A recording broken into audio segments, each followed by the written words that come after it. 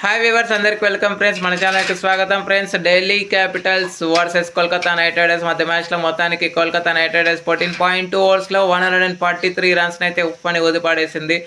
So మొత్తానికి 2 wickets కోల్పోయి 8 wickets తేడాతో ఘనమైన విజయాన్ని సాధించింది. సో మరి ఈరోజు Saturday match number 52 Rajasthan Royals versus Gujarat Titans మధ్య మ్యాచ్ అయితే ఉంది. సో ఎవరు గెలుస్తారని మీరు అనుకుంటున్నారు, ఎవరిది పై చేయవుతుందని మీరు అనుకుంటున్నారో కామెంట్ బాక్స్లో కామెంట్ చేయండి. అండ్ గుజరాత్కి ఇది రివర్స్ కప్ మ్యాచ్ అని చెప్పుకోవచ్చు. దీనిపైన రివెంజ్ తీర్చుకుంటుందా లేదని చూడాల్సిన అవసరం ఎంతైనా ఉంది. సో మరి మ్యాచ్ ఎలా సాగింది ఏంటి అనేది మనం పూర్తి వివరాలకు వెళ్ళిపోదాం. ఒక్క సెంచరీ ద్వారా పలు రికార్డులను కూడా ఫినాలిన్ తన ఖాతాలో వేసుకున్నాడు. ఆ రికార్డ్స్ కూడా ఏంటో మనం చెప్దాం. So let's move into the topic. Hi hello we were, అందరికీ వెల్కమ్ ఫ్రెండ్స్. మన ఛానల్కి స్వాగతం. మా ఛానల్లో మీకు కనుక వీడియోస్ నచ్చితే లైక్ చేయండి, షేర్ చేయండి, కామెంట్ చేయండి మరియు సబ్స్క్రైబ్ చేయండి. మరిన్ని నోటిఫికేషన్స్ కోసం పక్కనే ఉన్న బెల్ ఐకాన్ని ఆల్ పైన ట్యాప్ చేయండి. ఆల్ పైన ట్యాప్ చేయడం ద్వారా మేము చేసే ప్రతి వీడియోలని, తాజా వీడియోలని నోటిఫికేషన్లో పొందగలరు. సో గైస్, నిన్న ఫినాలిన్ సెంచరీ చేయడం వల్ల కొన్ని అరుదైన రికార్డులను తన ఖాతాలో వేసుకున్నాడు. ఆ రికార్డ్స్ ఏంటంటే, ఈ 2026 క్యాలెండర్ ఇయర్లో తను మొత్తం 3 సెంచరీస్ అయితే బాదాడు. బీబీఎల్లో 1 సెంచరీ అండ్ న్యూజిలాండ్ తరఫున వరల్డ్ కప్లో మనందరికీ తెలుసు సౌత్ ఆఫ్రికాతో ఏం చేశాడో, అది కూడా సెమీఫైనల్స్లో 33 బాల్స్లో 100 చేశాడు. మళ్ళీ ఇప్పుడు నిన్న జరిగినటువంటి మ్యాచ్లో తను సెంచరీ చేశాడు. సో మొట్టమొదటి న్యూజిలాండ్ బ్యాటర్గా రికార్డు నెలకొల్పాడు ఈ ఇయర్ క్యాలెండర్కి గాను. అదేవిధంగా సిక్సర్స్ పరంగా 3వ స్థానంలో ఉన్నాడు. మొదటి స్థానంలో బ్రెండన్ మెక్కల్లమ్ 2008లో ఆర్సీబీ పైన 13 సిక్సర్స్ సాధించాడు. అదేవిధంగా సెకండ్ ప్లేస్లో ఉన్నది ఆండ్రే రసెల్ 2011లో అగైన్స్ సిఎస్కే 11 సిక్సెస్ అయితే సాధించాడు అన్న విషయం మనందరికి తెలిసిందే. ఇప్పుడు తాజాగా ఈయన సొంతం చేసుకోవడానికి జరిగింది 10 సిక్సెస్తో 3వ ప్లేస్లో ఉన్నాడు. అండ్ నెక్స్ట్ రికార్డ్ ఏంటంటే,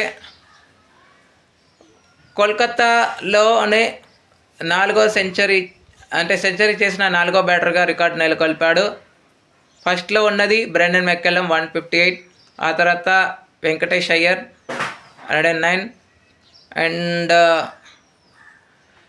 రసల్ అనుకుంటా 104 అయితే చేశారు. ఇప్పుడు 100 ఎగ్జాక్ట్లీ చేశాడు. ఇవి రికార్డ్స్. ఇక స్ట్రైట్గా మనం రివ్యూలకు వెళ్ళిపోయినట్టయితే, టాస్ గెలిచి మొదట ఫీల్డింగ్ అయితే ఎంచుకుంది కేకేఆర్. సో దానికి తగ్గట్టుగా అయితే ఫస్ట్ ఢిల్లీ క్యాపిటల్స్కి యావరేజ్ స్టార్ట్ అయితే వచ్చింది, కానీ వచ్చిన స్టార్ట్ని యూటిలైజ్ చేసుకోవడంలో విఫలమైంది Delhi Capitals. So KL Rahul 23 runs వేసి ఒకటే సమయానికి స్కోర్ 49గా ఉండింది. అక్కడ నుంచి 74 వరకు 8 ఓవర్స్కి 74 చేసి 1 వికెట్ కోల్పోయి పటిష్టమైన స్థితిలోనే నిలిచింది. అప్పటికి క్యామరన్ గ్రీన్ వేసినటువంటి ఫస్ట్ ఓవర్లో, అంటే ఓవర్ లాస్ట్ బాల్లో నితీష్ రాణా 8 రన్స్ వేసి 2 బౌండరీలు కొట్టి తను అవుట్ అయ్యాడు. తర్వాత శరవేగంగా వికెట్లు అయితే పడుతూ వచ్చాయి. అంటే బాల్ న్యూగా ఉన్నప్పుడు రన్స్ హెవీగానే వచ్చాయి, మాట వాస్తవమే. బట్ ఎప్పుడైతే బాల్ ఓల్డ్ అయిందో చాలా వరకు మనందరికీ తెలుసు బ్లాక్ సైడ్లో బౌన్స్ అనేది అంతగా ఉండదు. సో ఎల్బిడబ్ల్యూ ఆపర్చునిటీస్, బోల్డ్ ఆపర్చునిటీస్ ఎక్కువగా దొరుకుతాయి అని. సో బాల్ ఓల్డ్ అయినప్పుడు మాత్రం బౌండరీస్ అనేవి అంత ఎక్కువగా అయితే రాకపోవడం విశేషం. సో నిశాంక ఎప్పుడైతే 50 రన్స్ వేసి ఎగ్జాక్ట్గా 50 రన్స్ వేసి అవుట్ అయ్యాడో చాలా వరకు వికెట్స్ అయితే రెగ్యులర్ ఇంటర్వెల్స్లోనే కోల్పోతూ వచ్చింది. అశుతోష్ శర్మ పుణ్యమా అని చెప్పేసి, అంటే కెప్టెన్ అక్షర్ పటేల్ కూడా 22 బాల్స్ ఫేస్ చేశాడు, బట్ 11 రన్స్ చేసి పూర్ పర్ఫార్మెన్స్ని కనబర్చి అవుట్ అయ్యాడు. ఆ తర్వాత ఒకవైపు వికెట్లు పడుతున్నాయి కానీ తను మాత్రం రన్స్ అయితే స్కోర్ చేసే దిశగానే ఉన్నాడు అశుతోష్ శర్మ. 39 రన్స్ అయితే స్కోర్ చేశాడు. బట్ 150 మార్క్ని అయితే టచ్ చేయలేకపోయింది ఢిల్లీ క్యాపిటల్స్ అని చెప్పుకోవచ్చు. 8 వికెట్స్ అయితే కోల్పోయింది. దీంట్లో ముఖ్య భూమిక పోషించింది అనుకుల్ రాయ్, కార్తిక్ త్యాగి ఇద్దరు తలా 2 వికెట్లు అయితే పడగొట్టారు. Vaibhav Arora, Sunil Narine and Cameron Green తలా ఒక్కొక్క వికెట్ ఒక్కొక్క రన్అట్ రూపంలో వికెట్ అయితే పొందారు. 2 ఎక్స్ట్రాస్ అయితే ఇచ్చారు.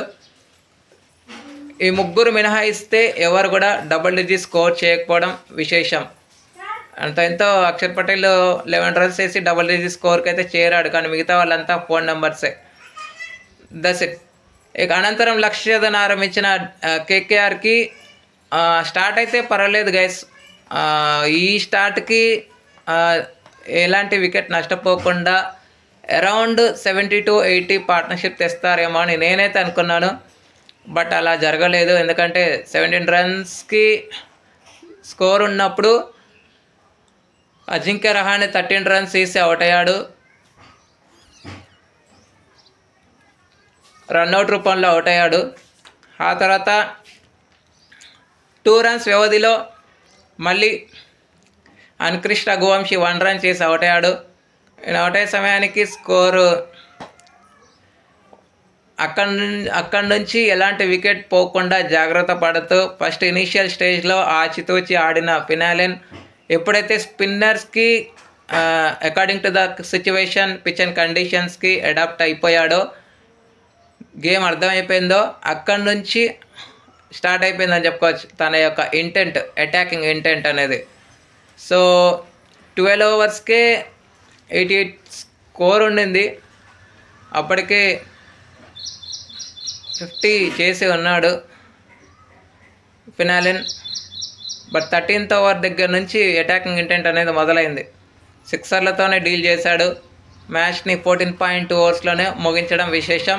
వీళ్ళిద్దరి మధ్య 100 పార్ట్నర్షిప్ దాటడం కాకుండా అన్బీటెన్ 116 పార్ట్నర్షిప్ అయితే నెలకొల్పారు ఇద్దరు కూడా. సో ఎలాంటి ఎక్స్ట్రాస్ అయితే ఇవ్వలేదు ఢిల్లీ క్యాపిటల్స్. అక్షర్ పటేల్కి మాత్రమే వికెట్ వచ్చింది, ఒకటి రన్అట్ రూపంలో కోల్పోయింది అన్న విషయం తెలిసిందే. అది కూడా అన్క్రిష్ రఘువంశీ వికెట్ సంపాదించాడు అక్షర్ పటేల్. బట్